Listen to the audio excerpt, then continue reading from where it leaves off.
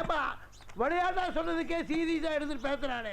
நான் பணத்தை கொடுத்துருவோம், நீயாவது கொஞ்சம் எடுத்து சொல்லப்பா. அவர் தான் பணம் தரேன்னு சொல்றாருப்பா, கொஞ்சம் டைம் தான் கூட. என் மாமனுக்கு பணம் முக்கியம் இல்ல, மனுஷனா அப்புறம் தான் மான ரோசம் முக்கியம். பணம் வாங்கினானுக்கு எழுதி கொடுத்தபடி இவர் உடம்புல இருந்து 1/4 கிலோ சதைய வெட்டி உங்க மாமன் என்கிட்ட விளையாட்டா கையெழுத்து வாங்கினதுக்கு என் சதையை வெட்டுவேன் சொல்றீங்க, நியாயமாடா? சிக்கலான பிரச்சனையா இருக்கே.